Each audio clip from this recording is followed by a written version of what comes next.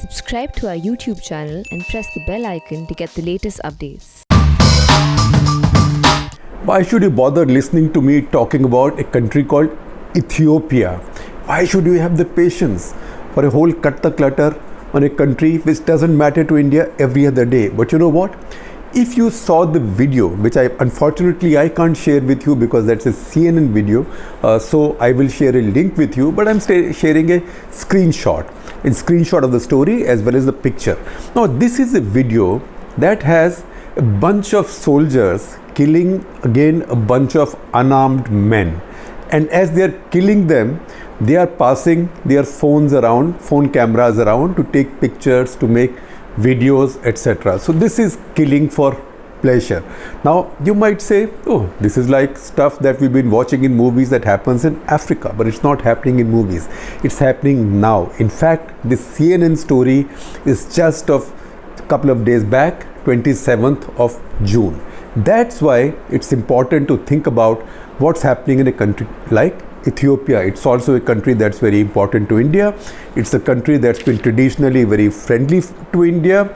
It's also a country whose ruler for a long time, Haile Selassie, was a friend of India, visited India twice, and there have been very close cultural and commercial relations. In fact, a lot of Indian teachers have gone out to teach in Ethiopia.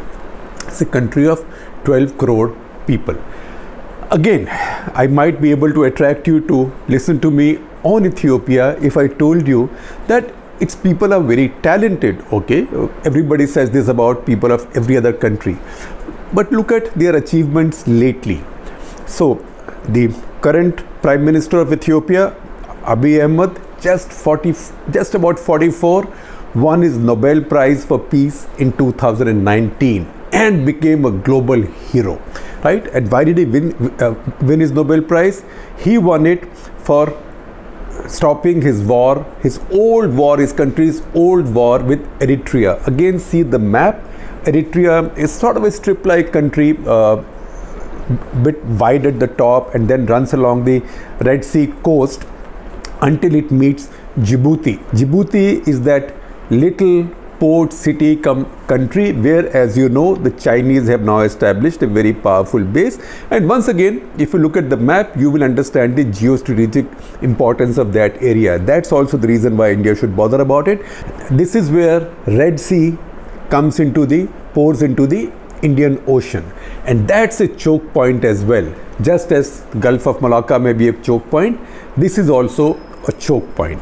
Now, Eritrea, I will tell you a little bit about what happened with Eritrea, but let me just say for now that Eritrea and Ethiopia had been fighting a completely self-destructive war for a very long time. It was such an idiotic war that there were times when the Ethiopians were winning.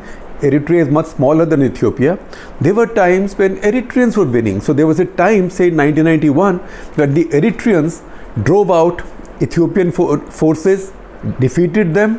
1993, there was a referendum where Eritreans chose independence. Eritrea became independent. Eritrean National Liberation Front, which was running the freedom movement or the fight back or the insurgency until then, they became the ruling party, and it became a one-party state, has not held an election since then, has not held a census since then. In fact, if you check around, its population could be anything between 4 million to 7 million. So a country with small population but very strategic, runs right along the Red Sea, and for Ethiopia, very important because that is its gateway to the seas. Now the reason we talked a minute or two about Eritrea is because of what is happening right now also involves this country. Now I told you that for the longest time Eritrea and Ethiopia were fighting a war. In 1950, Haile Selassie, who was the all-powerful monarch, ruler, friend of India, of Ethiopia, he decided to, first it wanted to annex Eritrea, saying it's my territory because ethnically people are similar to the people in my country. In fact, he even wrote a letter to President Roosevelt demanding that. That didn't happen, so he made a confederation of Ethiopia and Eritrea. Within a few years, fighting started for independence. It went on and on and on. 1962, Haile Selassie actually annexed Eritrea and the fighting went on. And then, look at the irony. In 1991, Eritreans, much smaller country, defeated the Ethiopian army. Immediately, they also joined hands with Ethiopian rebels who were trying to bring down their own government. So they joined them and then made them capture Addis Ababa. Once again, this is important because the same Eritrean army is now involved on the side of the Ethiopian army. First, they were fighting Ethiopian army. Second, they joined Ethiopian rebels to change the regime in a much bigger country, that is Ethiopia, in the capital Addis Ababa. And now they are fighting with the Ethiopian government. They are so thick, such friends after the peace that Abiy Ahmed made with them, that now they are helping Abiy Ahmed crush a rebellion in its northern province called Tigray. So if you watch any international TV, etc., or read any international news, unlikely you will find very much on it on Indian media. There's a Tigrayan crisis going on, Tigray crisis going on. Northern state of Ethiopia, you can see a lot of it borders Eritrea. That state is, in terms of ethnicity, mostly Tigrayan. That is the tribe. Tigrayans are about 7 million people. About 4% of them are non-Tigrayan. The rest are Tigrayan. Eritrea has a population, as I told you, anything between, I guess, around 6 million. Out of 6 million, about 65% are Tigrayan. So Eritreans are Tigrayan majority. So they might think again, okay, this can be a place where we have a say. Ethiopia, on the other hand, has a more complicated ethnic mix. In Ethiopia, the largest ethnic group is Oromos, but they are the largest, they are not the majority. Ethiopia is very, very diverse. So 35% are Oromos, Somalis are 6.2%, and Tigrayans, as a population of Ethiopia, a country of about 12 crores, are just about 6.1%. Once again, these are fascinating countries in terms of religion. These are predominantly Christian, but not overwhelmingly. So both Ethiopia and Eritrea are about 63 to 65% Christian and the rest Muslims. And the Christians are quite orthodox Christians. Now, I mentioned to you about Abiy Ahmed. Another star that Ethiopia has produced is Tedros Adhanom Ghebreyesus, the president of the World Health Organization, who's been in news all the time. He was a member of the government in Addis Ababa earlier, but remember what? He's a Tigrayan. He's from Tigray, where the fighting is going on right now, and I will tell you why the fighting is going on, because that's where these videos and these pictures are from, which I started this episode with. He's a Tigrayan. He's now a member of TPLF, that is Tigrayan People's Liberation Front.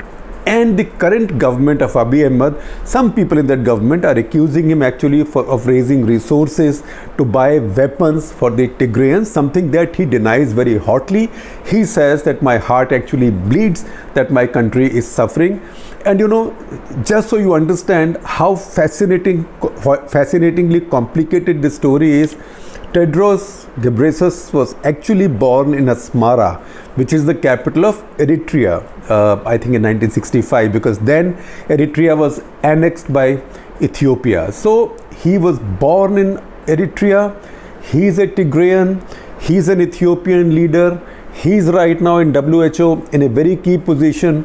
He came to power basically for supporting democracy, because the regime at that point, led by Ethiopian People's Democratic Front, EPDRF, I presume R is for revolutionary, that front, he fought their government, he got rid of them, and he came into power and he did marvelous things. He carried out fantastic reform. He freed political prisoners. He lifted restrictions on freedom of speech. He unlocked nearly 300 of the websites which had been locked by the previous regime. And then, while he allowed free press, he also invited exiled opposition groups back. He had a woman president appointed, Sahle-Work Zewde, which was celebrated all over the world, an large African country with a woman president. In his cabinet, he brought in 50-50 gender balance. He was all set to justify his Nobel Prize until fighting broke out in his northern province last November. That fighting has now gotten worse, and that's the videos that are now coming out. Now, I told you about the ethnic and religious complexities of Ethiopia. So, learn about Abiy himself. Now, Abiy today would be described as a member of the Oromo tribe or Oromo ethnic group, which is the largest and the most powerful group in Ethiopia. But it's not as simple as that, because he was born of an Oromo father and an Amhara mother. Amhara is the other large group, but smaller than Oromos. And there's very often a maramari between who dominates whom. So he had an Oromo father and an Amhara mother. And you know what? Complexities don't stop there. His father was Muslim and his mother was Christian. So again, in a country where Christians are in a majority, Muslims are in a large minority, you have the ideal leader ethnically and religiously. He checks all the boxes. And when he became prime minister, he went around telling everybody that I have come here to reunify the country, and he was doing a brilliant job of it. In fact, I will quote a line from his Nobel acceptance speech where he said, "War makes for bitter men, heartless and savage men." But he is now waging war on his own people. What happened was that because of the diversity in Ethiopia, Ethiopia was run on a federal basis.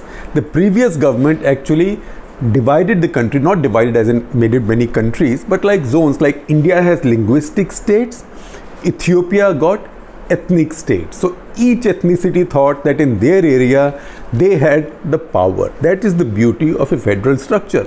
A federal structure is unity in diversity, but with federal autonomies and with federal freedom of action. That's very important. That's why India has stayed together. He, on the other hand, got into the business of homogenization, that all of you should become one ethnicity, one religion, in the sense that everything is denied by your nationalism or your nationality and nothing else. And that led to trouble. And then he thought he became so powerful. And remember, he was a lieutenant colonel in the army, somewhere in the intelligence areas, bright fellow. He was heading the army's cyber security division, and at a time when the country had massive curbs on internet.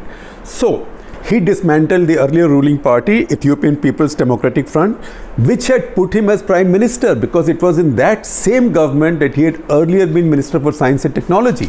But because he was seen to be very popular, a unifier, they made him prime minister. Now he dismantled that party. It always happens to people when they become too powerful and too popular. He dismantled that party. He set up his own party called the Progressive Party, and he said he'll hold elections 2019, but he did not hold elections. The pretext was COVID, but a lot of people thought, particularly people of non-Oromo ethnicities, that he was grabbing power. That is where TPLF, the Tigray People's Liberation Front, which was a member of the ruling party, they again split, went out, and they went back to their state. And while he did not hold his election, the Tigray party, TPLF, they held election in their own state and elected Debretsion Gebre-Michael as their leader, as their head of state. Now that is something that Abiy Ahmed refused to accept. He said that this is secession. I refuse to accept it. Now this tension was going on when at one point on the night of November 3 and 4 last year, the Tigrayan forces, rebel forces, they attacked the Northern Command headquarters of the Ethiopian army. The Northern Command is in Tigray. And once that happened, lots of soldiers were killed. An all-out war was ordered. As an all-out war was ordered, an Ethiopian army began pushing into the Tigrayan region. They asked, Eritreans also to help, and Eritreans also joined in. That's why it became such a mishmash. So Eritreans first fought the Ethiopians, then fought alongside Ethiopian rebels. Now they are fighting alongside the Ethiopian army because they also see gains in it for themselves, because ethnically these people are pretty much the same as their own people, and that is what's going on right now. This is one of the nastiest civil wars with real weapons, uniformed people, that's going on anywhere in the world. And both Ethiopian and Eritrean armies have been accused of excesses. Although if I read the international media, it looks like the Eritreans are worse than Ethiopians in terms of their excesses. Now, what's the situation? You will see some pictures. This place now has a famine developing. It seems that more than 500,000 people are already suffering the effects of famine. Ethiopia now, because of this war, already has at least 2.5 million poor people as internal refugees, people who've been thrown out of their homes, who've run away for safety. Many of them are spilling into Sudan next door. Many are spilling into Somalia, and we know what situation Somalia is.